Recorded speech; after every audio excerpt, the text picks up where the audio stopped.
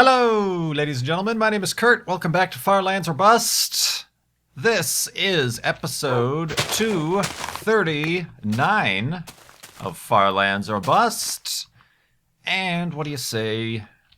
We secure the previous episode's hidey hole, grab Wolfie, and continue west to those Far Lands, as we've been doing for quite a long time indeed. Whoop. There we go. West indeed. Onwards and westwards. Watch it, Wolfie, words. Indeed. So yeah, episode 239. We are raising money for Child's Play charity over at farlandsorbust.com, as is the more important of our goals in Far Lands or Bust. Obviously, walking without cheats or mods or any sort of teleportation to the Far Lands in this Minecraft Beta 173 is one of the goals. The bigger goal is raising money for Child's Play charity. We're trying to raise $100,000 this season, and we are currently at $23,465.33. That's amazing. Thank you, everybody, over the weekend for the donations from the last episode, over $100. Great news indeed. I appreciate it. And like I said, over at farlandsorbust.com, you can do that using the donation widget right there on the home page. Indeed. Everything's very silent, is it not? Do I have my audio on? My headphones are on my head, right? Yeah. Wolfie barked to start the episode, so I think we're fine. You're just traveling by sea. In the new version of the games, do the boats make splashy noises regardless of where you're at? I don't know. Who cares? It's not part of our concern right now, but Far Lands or Bust. I do have an update. I missed it, but I talked last episode about Orbital Sciences. Their Antares rocket launch was delayed on Wednesday. Oh, excuse me. I'm gonna sneeze. Was delayed on Wednesday due to a little bit of a technical issue with an umbilical that prematurely detached. It got delayed till Friday, and in the last episode I said, oh, well, it's going to happen Friday. It didn't happen Friday or Saturday because of winds. Too windy to launch. But it did happen on Sunday, and I missed it because I was not at home. It happened on Sunday at 5 p.m. Eastern Time. Launch went, and as far as all the news I'm hearing, it went pretty much as planned. Pretty basic two-stage, well, basic. I talk as if it's something simple like Kerbal Space Program, but your two-stage rocket, they launched a dummy payload that is a simulator of their Cygnus.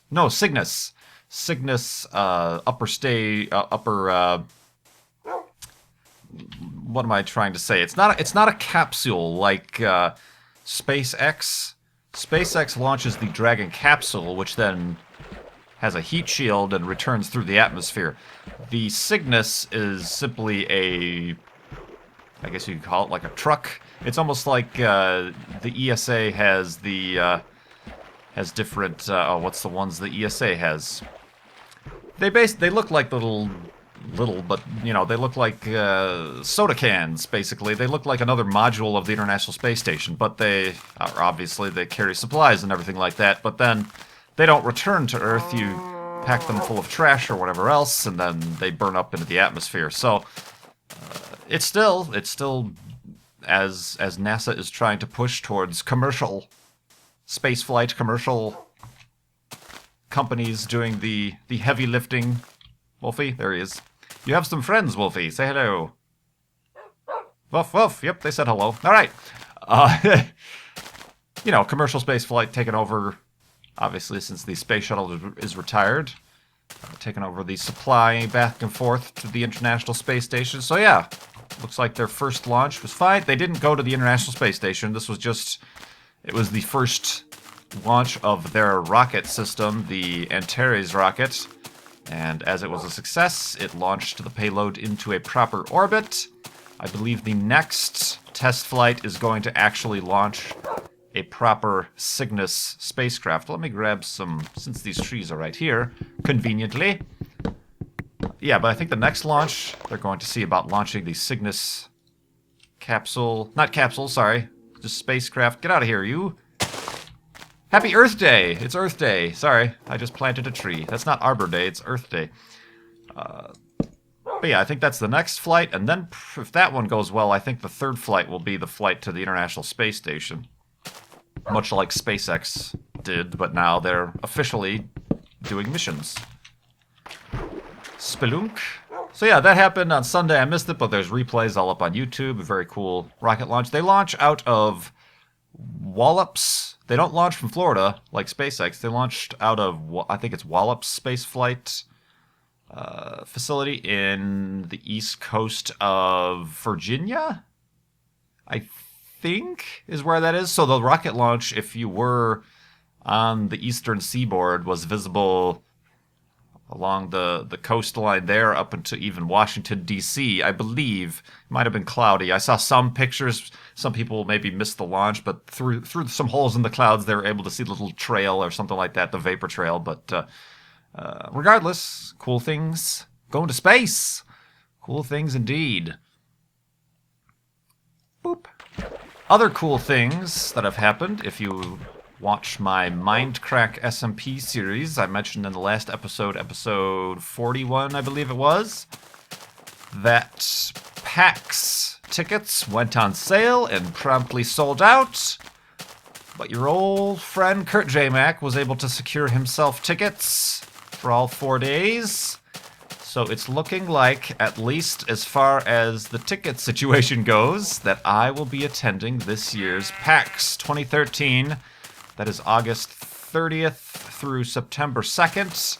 It's Friday, Saturday, Sunday, Monday. Whew, and that, so that's happening later this summer. And also, Unpause, and Good were able to get tickets as well. There are others that are talking that have tickets, but I'll let them officially announce. I don't want to speak for anybody else.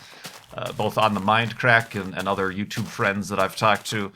I'll let them make the announcement, but nervous, but excited for that. I know after coming home from Minecon, I said one of the things I'd like to do is I liked the atmosphere of the convention, but I'd like to maybe attend a convention that isn't Minecon so that I could be an attendee. So therefore I have an attendee badge. Badge is not going, by the way.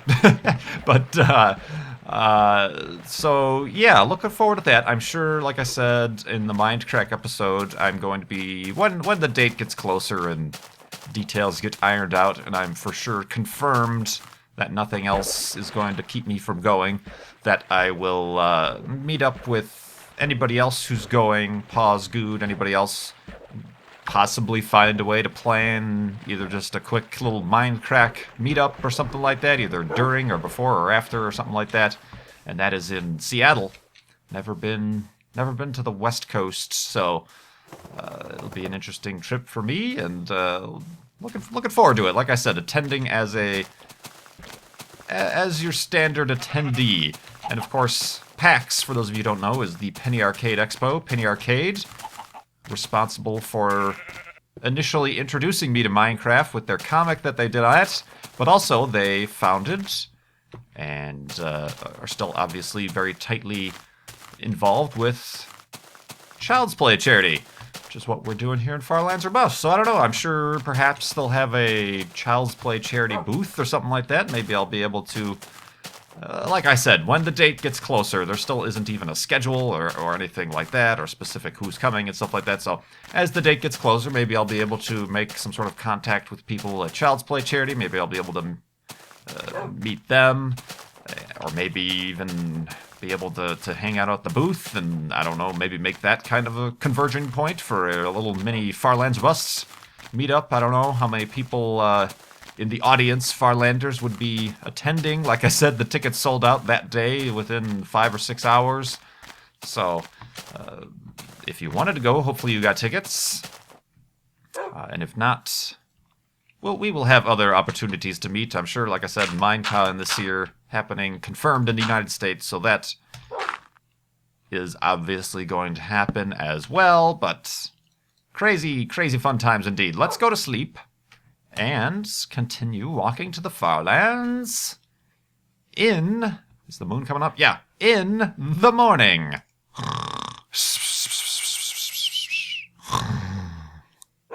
Woof and a woofness. And a woofness indeed. Boop. It does seem very silent. I haven't heard any music. How are you doing for health? You are doing exceptionally well, Wolfie. Well done.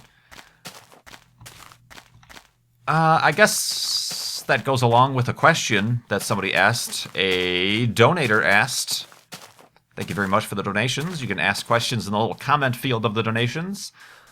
But Da Hitch asked, in one of your first videos, you mentioned you started making videos to try to be able to speak easier in social situations, etc. Though your commentary style has massively improved. Massively. Like a black hole. A black hole of commentary. Has massively improved since then. I do wonder if you have succeeded in your original goal in being able to speak more easily in social situations. Especially considering now that you work from home and presumably have less social contact than when you were working with colleagues, etc. And that was Dahitch. Thank you, Dahitch, for the donation and the question. Well, first of all, before I quit my job as a web designer was a very small studio, did not have that much social interaction, if any at all, for that. So I don't know if that really made any sort of difference. Definitely my speaking abilities have improved, as you thankfully noted. Thank you very much. I'm still on and off. I had, over the weekend, went out to dinner, and there were some new people, and I'm still very, very awkward. I just think that's the way I'm going to be. I think I'm more accepting of it. I can't remember, was that episode 12 or 13 or something like that, where I kind of mentioned one of the reasons, aside from wanting to have some fun, really enjoying Minecraft, wanting to just try it out for myself, the Let's Play thing. One of the reasons why I wanted to start is hopefully to come out of my shell. I knew I was very introverted and wanted to kind of find an outlet, a creative outlet, spoken outlet, to be able to... I think at the time I probably phrased it as wanted to get over or get better in social situations, get less introverted, but I think now I've come to more accept it. It's not a bad thing, especially when I did mention that. I got a lot of comments from people saying, oh, I'm exactly the same way, blah, blah, blah. And while perhaps society at large wants you not to be introverted and wants you to be social and talking and blah, blah, blah, blah, blah, many, many friends, 800 friends on Facebook, I've probably come more to accept that it's not that big a deal. I mean, even coming from situations like Minecon, that was an eye-opener. And I'm still, it's still something I'm deciding to stretch my boundaries and what I thought was previously possible, such as getting tickets for PAX. I was very, very on and off about... Oh, I didn't even jump. I just completely fell down. Well done, Kurt. Is there anybody down there? No. I was going to make it all smooth, like that jump was no big deal, and then I just fall. What was I saying? Yeah, in that Mindcrack episode, I talk about how the system for buying tickets went down, and then I started double taking and questioning whether or not I actually wanted to go instead of making it impulsive. But I still got the tickets for PAX, so still going. But stuff like that, I'm still stretching myself. It's always good to exercise your muscles, I guess you could say, your proverbial social muscles, especially if they don't get too much of a workout, so... Ooh. Well, guess what, random cave? You're going to get a second waterfall. Woo. Indeed. Woof. So yeah, still working on it. If anything, probably... It's obviously helped talking and commentary and stuff like that, but I don't know. We'll see. And obviously since then, it was a good half year later after I'd made that episode and made my own single-player series that I joined the Mindcrack server, and definitely at first on Mindcrack I was very much on my own, but I'm starting to want to get into more co-op stuff. I've been doing more co-op stuff. Obviously we're doing Formula 1 with Beef. Recently recorded another co-op thing that you'll be seeing soon. Spoiler alert. Actually, no spoiler alert, because I'm not going to spoil it. That is for you to wait for and to enjoy once it is released. So, a little bit of yes and a little bit of no, I guess, answers that question. But I'm okay with it. I'm doing great. I feel good. Feel good. Right, Wolfie? Yeah, he agrees. Let's just say that much. So yeah, thanks for that donation and the question. Another... this one's kind of funny, but I do have to answer it. Resident Halo asked, Kurt, what's your criteria for choosing... Ooh. Don't fall down, Wolfie. What is your criteria for choosing questions to answer in a video? I've asked a lot, but they never get answered. Well, sorry. Your one question that got answered is the one asking why your questions don't get answered, Resident Halo. But it's kind of, I don't want to say it's random, but I definitely try to choose ones that haven't been asked before, even though I do occasionally return to questions and answer them again, if it's been a while. I obviously pick and choose depending on if I want to answer a question or if I even have an answer. You know, if I get a lot of those, what's your favorite this or that? And I'm like, I don't really have one, so I'm not going to waste time trying to answer it. That definitely goes into it. And I know I say I give priority to questions asked by donators for Child's Play charity at farlinesofbus.com. I don't. That doesn't mean I'm going to answer every question that gets asked from a donator. They still have to pass the other prerequisite that I haven't answered it before, that it's actually a question I want to answer, or I'm comfortable answering, or I have an answer for. So, yeah, don't get down and out if I never choose your questions. Also, please don't spam your questions. If that's, if anything, that'll make me not want to answer them. If if it's somebody keeps spamming my Twitter or YouTube comments with the same question over and over and over again. That was not a word. That was just an amalgamation of marbles in my mouth. Neither was that. So yeah, that is how I choose questions. It's kind of random. And sometimes I don't even answer questions. Sometimes I actually have a story and things to talk about without needing to depend on questions and things like that. So, I must say I don't know... Ooh, okay, well that was a good way to get rid of that iron shovel. I don't know what you asked before, I'm sorry, but Mr. Resident Halo, I have finally answered your question, and it was a question about why I don't answer your questions. Lol. I'm a jerk. No, but continuing on with the questions here, let's see here. Boop, boop, boop, boop, beep. This one was from a donator. They didn't leave their call sign or name, but they asked, have you ever eaten astronaut food, and what did you think of it? I've had astronaut ice cream, although debatably that is not astronaut food. Astronauts do not eat astronaut ice cream. It's just freeze-dried ice cream, obviously. They tried it back in the Mercury Gemini era, but they didn't like it, so astronauts do not have astronaut ice cream, even though it is the most popular of the novelty astronaut freeze-dried foods that you could buy at stores and places like that. So that's the only one I've had, and for the same reason the astronauts don't like it, it's not a very enjoyable experience.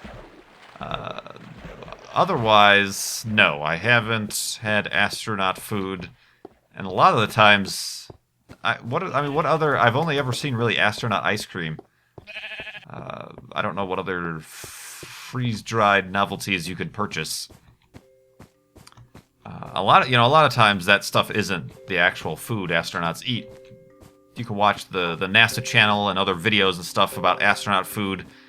They eat a lot of tortillas. They don't have bread up there because bread has crumbs, and crumbs ends up flying and floating everywhere and clogging the instruments. So, when they do make a peanut butter and jelly sandwich, or they do make whatever, it's on a tortilla, and it's usually, they'll have...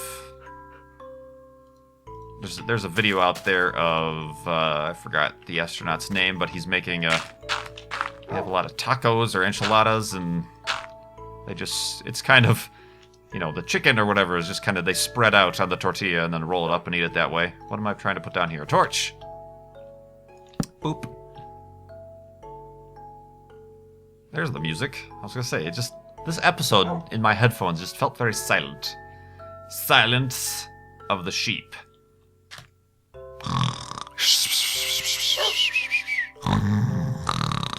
And music in the backgroundness. Indeed. But yeah, never really had astronaut food. And I mean, even, like when they do send up a Dragon capsule or a cargo ship, they always go with fresh fruits and things like that. And I know those are always, they say, popular with the astronauts. Spicy food is very popular with the astronauts, hot sauce and stuff, because in 0G, you lose your taste buds. Your sense of taste kind of deadens. So that's kind of a strange phenomenon. I think it probably also has to do with the fact there's no gravity. Probably a little bit, not so much. It's more physiological, like the blood flow to your tongue is less or altered so that the taste buds kind of die off. But I'm sure also, think about it, you're eating, there's no gravity. The food, there's no gravity to keep the food down on your tongue, which is on the bottom of your mouth. So that might also kind of be a factor in where you don't really taste many things. You also kind of start losing your sense of smell. So obviously a big portion of your sense of taste comes from smell. So it seems like they like, the stories I hear is that they like spicy foods. You all see a bottle of the red sauce, Tabasco up there. So that's something worth considering when you think of astronaut food. You think it's some special thing, but it's just normal food, just packed for longer durations, I guess you could say. And they do occasionally, like I said, get the random fresh fruit up there when they can, whenever there's a new spacecraft up there. It obviously doesn't stay long, so they eat it right away, but whoa! Wolfie pushing me around.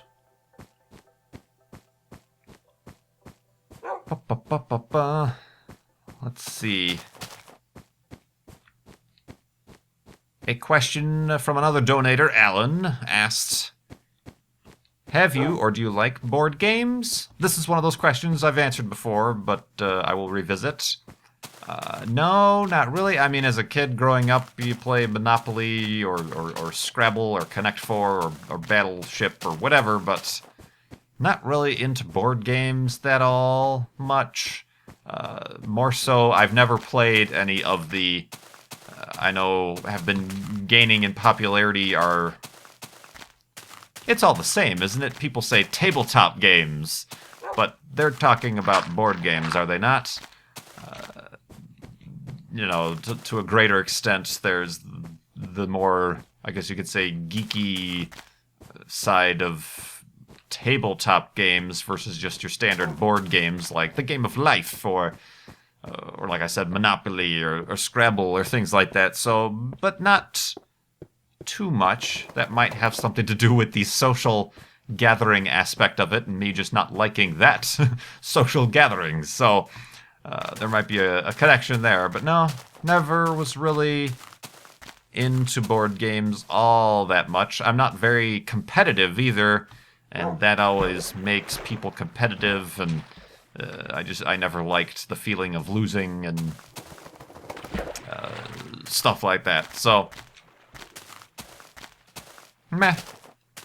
It's one of those other questions I really don't have an answer for, but that's the answer. Alan also asked another unrelated question. Have you ever died to mobs ever in single-player Minecraft. He says it didn't even happen in Combat Canyon. Did it? I thought it did. I don't remember. Died in single-player Minecraft. You guys will have to tell me. At least for the past 2 years, pretty much every time I've played single-player Minecraft, I've been recording. I haven't ever died in Far Lands or Bust World, which is a record I'd like to keep. But did I die in Castaway? I don't think I did, because I set the restriction that I couldn't sleep in I could sleep in a bed, but I had to destroy it. And I don't think I ever died and went back to the spawn point, did I?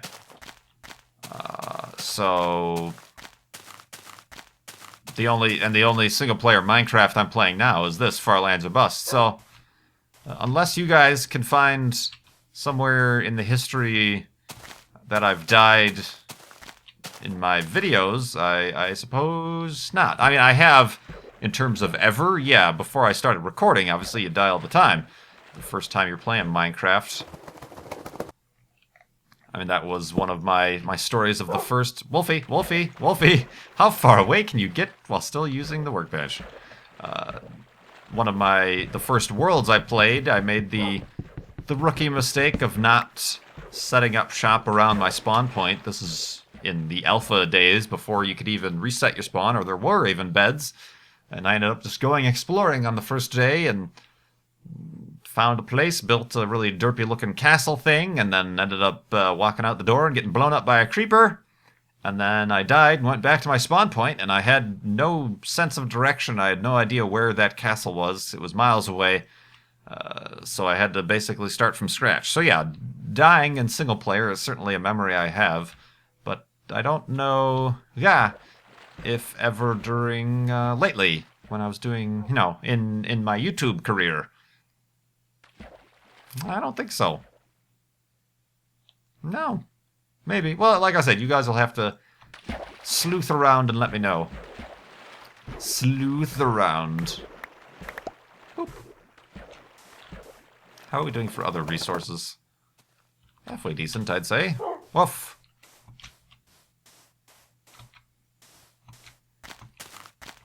Boop, boop, boop, boop, boop, boop, boop, boop, boop. Oh, I didn't. Oh, I was gonna look up. There is astronomy news out there. They discovered. I'll have to talk about this in a future episode, or maybe I'll make a space engine video or something. But they found 2 planets that are terrestrial, roughly. Well, we don't actually know if it's terrestrial. Earth. What they're calling Earth-sized. I think they're about 2.5 times Earth size. But that's still relatively Earth-sized, as they could say. But they discovered planets that are that size and well within their star's habitable zone. That is, where liquid water could exist on the surface. Which is also very cool news indeed. But I saw that, and I probably bookmarked a few articles, but I meant to get information about that. But because I don't have information on hand specifically, I think I'll wait to talk about that. Yeah, maybe that is a good reason to go back into Space Engine. Maybe we'll have to check out the catalog to see if they even have that star system in that software. I'll have to check if that software has been updated too. It's been a while since I've checked Space Engine. That is, for a lot of new subscribers, if you look back in my YouTube history, I have a playlist called Space, Science, and Astronomy, or something like that. And one of the programs I use is Space Engine. It's a 3D universe simulator education tool, I guess, where you can fly anywhere in the universe, and it procedurally generates planets and stars and things throughout the solar system.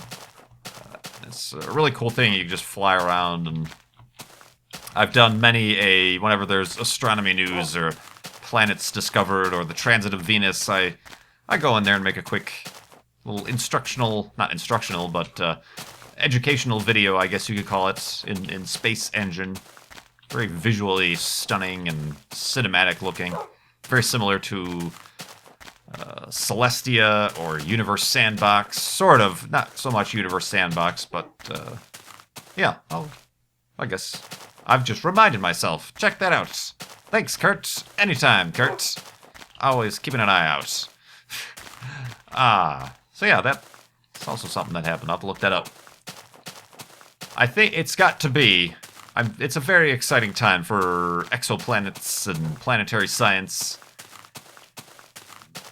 Definitely it has to be within my, and by extension our, lifetimes, depending on what age many of you are, that we're going to probably find evidence for life on another planet, if not within our own solar system, then in the extended local area of our Milky Way.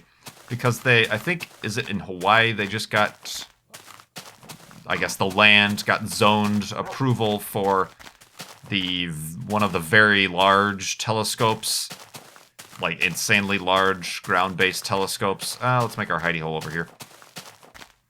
You know, it's something like 30 meters or something like that, and it's going to use adaptive optics, and even though it's in our atmosphere, or in, you know, a ground-based telescope, it's going to have better resolution than even Hubble. Oh, how about some iron? Not really. I'll probably end up throwing it away, but I'll take it.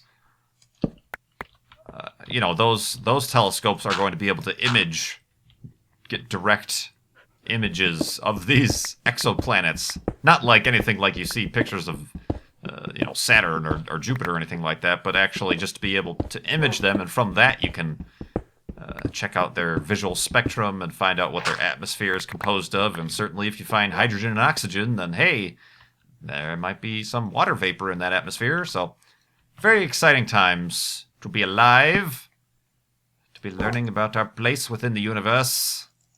But right now, my place is in the end of this episode's hidey hole, making 3 beds. Let me remind you guys to keep giving to Child's Play charity at farlandsorbust.com. Let's make a boat while we're at it. And we'll keep answering questions. We'll keep walking to the far lands. Like I said, this is episode 239. And I'm never, ever, ever going to be able to get rid of this piece of iron unless I do this. Boop. Iron relocation. Woo! Indeed. So, until the next episode, thank you very much for watching this one. My name is Kurt. I will see you next time.